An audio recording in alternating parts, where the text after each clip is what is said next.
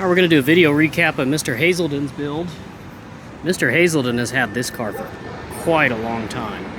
Like every other Z32 out there, it started to burn oil and started to do some weird things, so we, of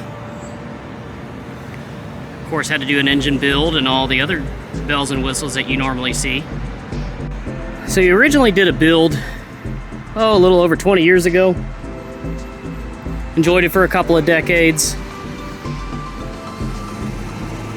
And, you know, in standard Z32 fashion, it started developing some fluid leaks. You know, eventually went into storage for a little while.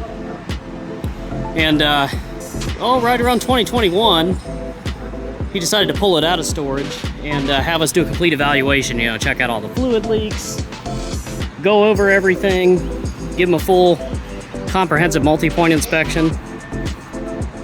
And, pretty much what we determined was that it, you know, as with most of these, it's always more cost effective to pull the engine out and reseal everything on a stand. And that way we can double check everything. We can check the rods, we can check the main bearings, things like that. Once we got it apart, you know, we realized that it had blown ring lands on number 2, 4, and 6, which is really common on these. And usually what we see happen, just like Mr. Brunner's, the other one we covered, is the knock sensor melts and stops retarding the ignition timing as you build these things up, start making more boost and doing chip tunes, things like that. And it blew the ring lands on 2, 4, and 6. So it's burning oil on that whole side. When we got it apart, the ring lands actually came out of the pistons in my parts washer. So that's how we knew it was time for, you know, the good old Z32 treatment, forged pistons, forged rods, fully balanced, rotating assembly. We did the water jacket port. So he's got a fully built engine, other than, you know, obviously billet mains, which is not really necessary for this application. But we went with Wiseco 88mm forged pistons. We did the Eagle rods, the Cometic multi-layer steel head gaskets, ARP studs all the way around. Did ACL bearings. He's got a Jim Wolf technology tipped ECU, the pop charger. He's got Nismo rails. It's on 740cc injectors. It's got a whole shopping list of stuff he put on this thing, and you know, with the built engine, it's got the Jim Wolf 550 BB turbos.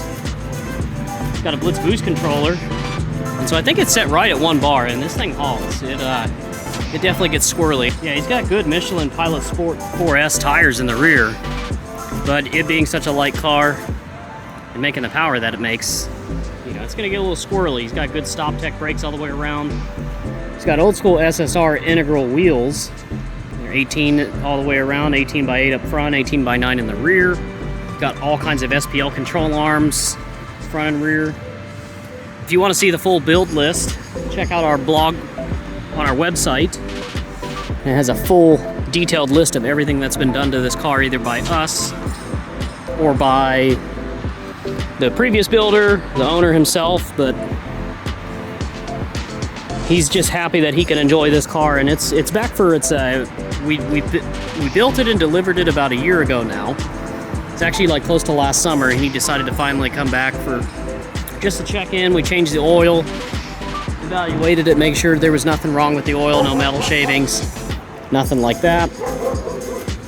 Had a little bit of a drivability problem. We found a couple of split vacuum hoses, and actually the idle air control valve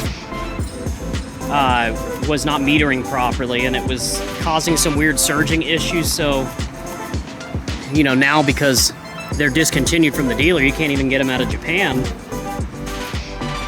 Pretty much your only two options are clean it and hope for the best, or buy new old stock from Z1 or Concept Z, and you know, I think the cheapest we found was like 900 something bucks.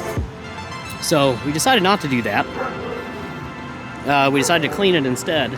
Clean it and re-lubricate it. So you clean it real well with carburetor cleaner, decarbon it, and then you put some fogging oil in it, move the mechanism, get it working, reset your base idle, and so far so good. It really has been behaving. So I just washed it, doing the final road test. and we're gonna give him a phone call here shortly to let him know that it's ready for pickup. So we'll do some interior shots for a car built in the 90s. You know, the interior's in good shape. He's got a new carbon steering wheel, shift knob that he's putting in.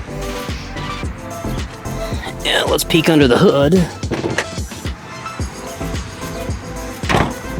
You know, other than like the Samco hoses and a few other odds and ends, it's relatively understated under the hood. Which is, you know, really cool about these Z32s is, you know, at first glance it doesn't look like much, but if you're a trained eye, you kind of know what to look for. But this thing is quick for sure. It's definitely no slouch.